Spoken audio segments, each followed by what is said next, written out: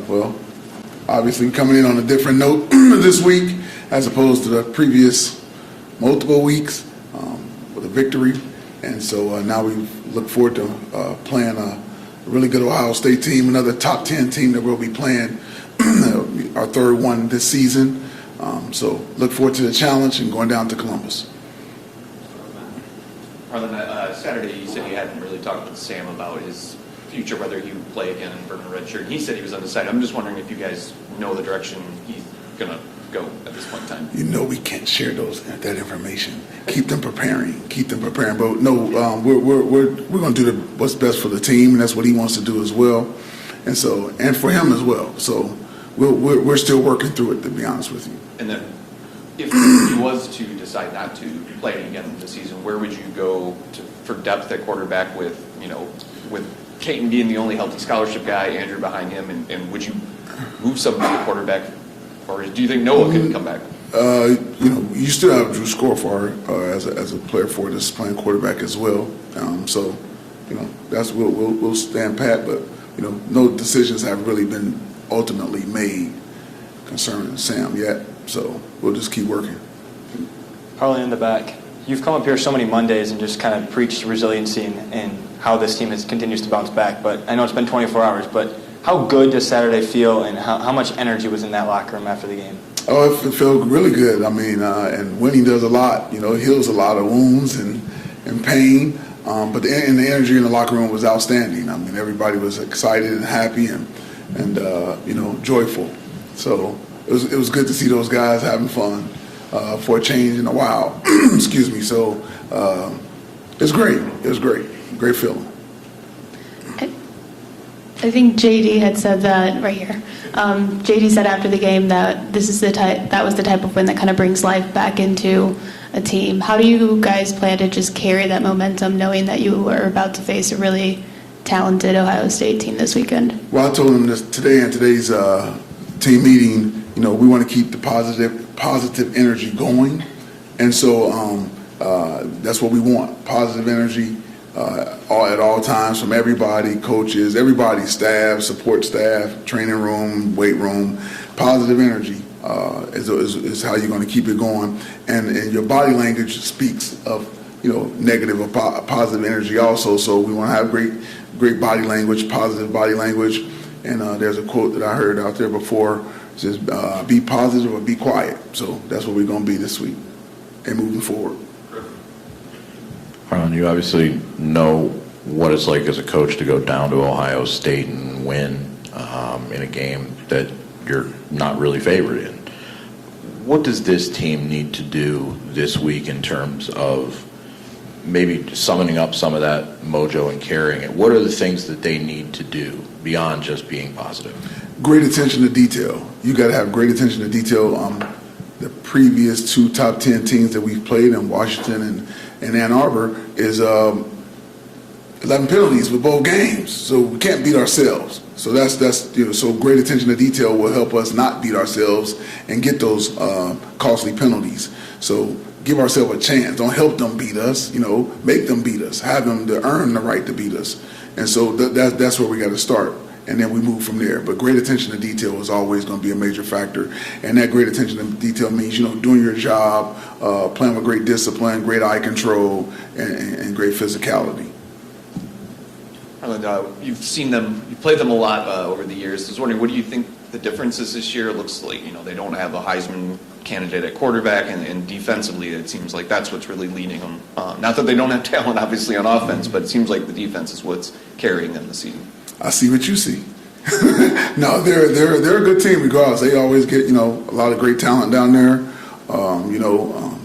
Marvin Harrison is an outstanding football player, and they have others as well. So they're not lacking for talent, offense, defense, or anywhere. So we got to go down there, like I said, have great attention to detail, and make sure we're going to execute on every chance we get an opportunity to execute.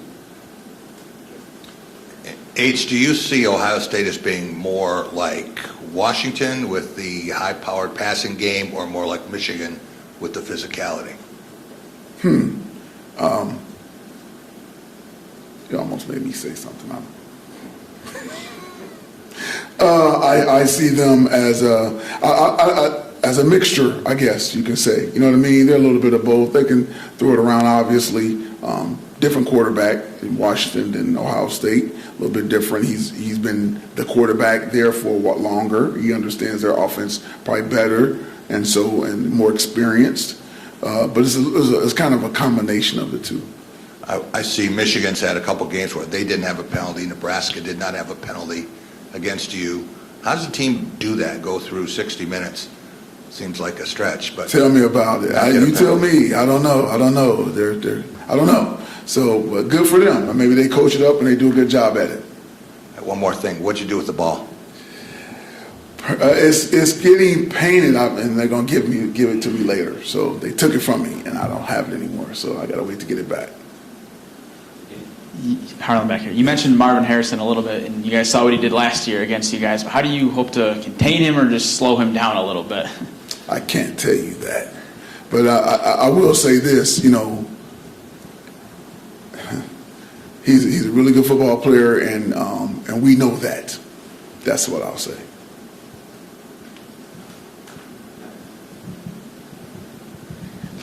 One of the biggest stories in college football right now is obviously the sign stealing scandal with Michigan. We asked you about that when Michigan was here. But just with the news of Connor Stallions no longer being part of their program and the call last week with coaches and ADs, I'm just curious, what's kind of been your reaction? Do you think that the conference needs to take action more like now, immediately, or just where do you stand on all of it? I'll reverse that back to you. What you think? Oh, usually. I caught you off guard with that. I'm used to asking questions, not answering. I'm messing with. I'm teasing. I'm thinking like most people in this room are hopefully thinking. I'll leave it at that. What does Saturday do in terms of, in talking to some of the guys, they talked about a weight being lifted. What did that weight feel like, and what does it feel like now to have it off you guys? And can playing free and easy help a team at this point with the road you got ahead? It can help.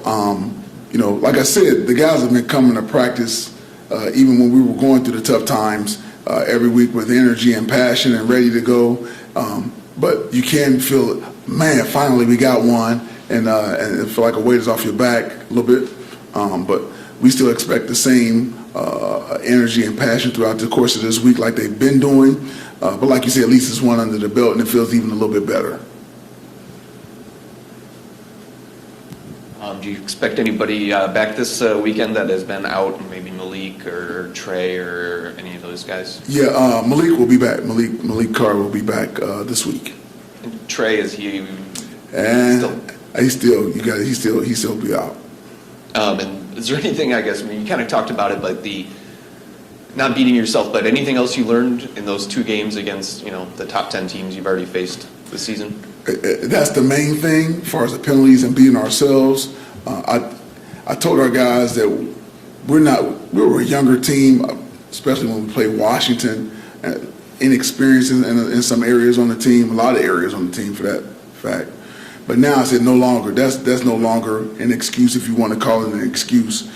You know, we got a lot of guys that have got a lot of time in this year and played a lot of football. So now we got to go out and execute, and again have great attention to detail and perform under that type of situation, like playing Ohio State, a top 10 team. And so I think our guys, you know, hopefully they've learned, got that experience, and feel comfortable and confident when they go out there on Saturday to go get the job done. Harlan, the decision to have Scotty up in the booth, and as somebody who's been a coordinator in that, what you get on the sidelines versus what you get in the booth, the advantages, disadvantages, and what was behind that? So I actually brought it up to him a few weeks back, and he was like, "Yeah." I said, "Just think about it. Just think about it." And he came back and said, "I feel more comfortable staying down initially." And then Minnesota, I said, "Man, go up." So, and like you said, as a coordinator, you watch so much film. When you're up in the booth, it's like watching film again. You see everything. And I said, "Man, I said you will be outstanding in the box. As much film as you watch, you will be outstanding. And it's not like he's never done it. He was just, probably a little concerned about, sideline adjustments and things like that.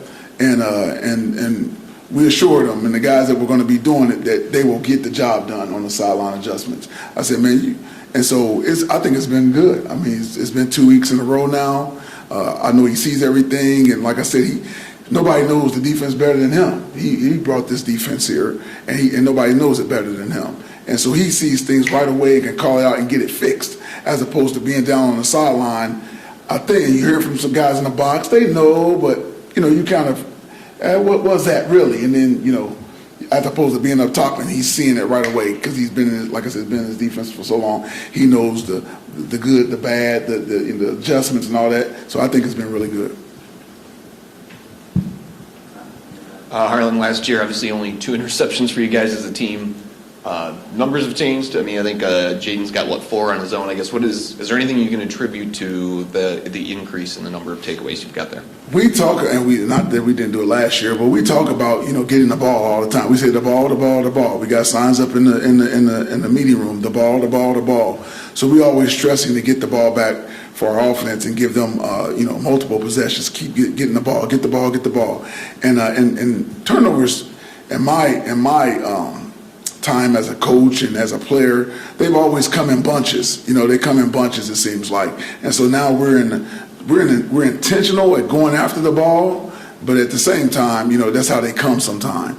Some people say if you're living right, you're just living right, man. And you got tip balls and all that kind of stuff. But our guys are trying to be intentional about going after the football. Not only interceptions, but causing fumbles and things like that.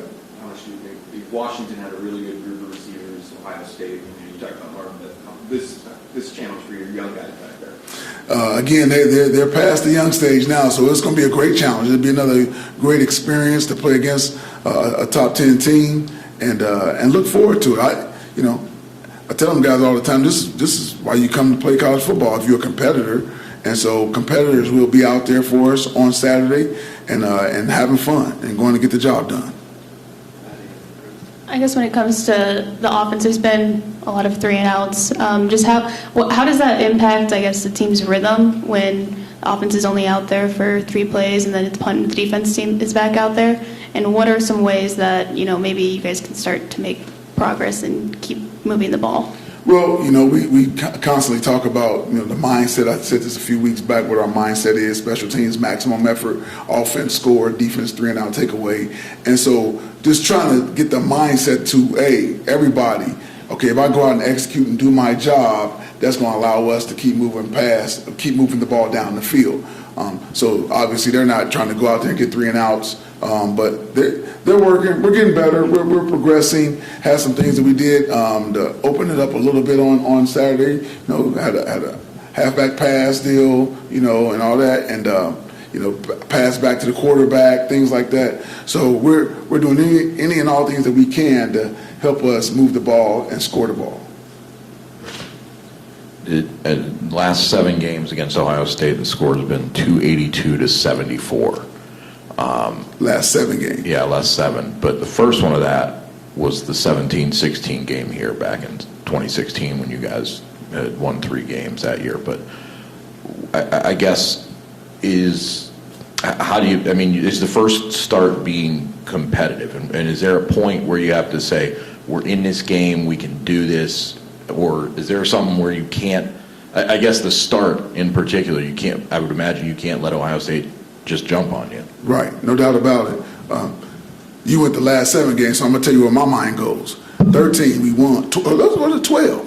12 should have won, had a scoop and score. They called it back, but it was a bad call. Should have been a touchdown, close game. 13, we won. 14 should have won. They called a touchdown back when we should have been leading at halftime. 15, we won down there. 16 should have won here, close game. That's where my mind goes. That's where my mind goes. I know what it is to go down and compete and play hard against these guys. They're beatable guys, just like anybody else. And so we're going to go down there with the mindset to go attack them and get a win. So that's our mindset. It will never change. And I said last week, I think, somebody mentioned spoiler, and I'm like, that's a screw up mentality. That ain't never been my mentality, and it never will be. So we're going down there to attack these guys and see what happens. But You went down there in 11, too, you forgot that. yeah, no, I didn't forget. I didn't want to go too far back on you. I didn't want to go too far back. And 12 was when the previous coach was there, so I just wanted to stay there.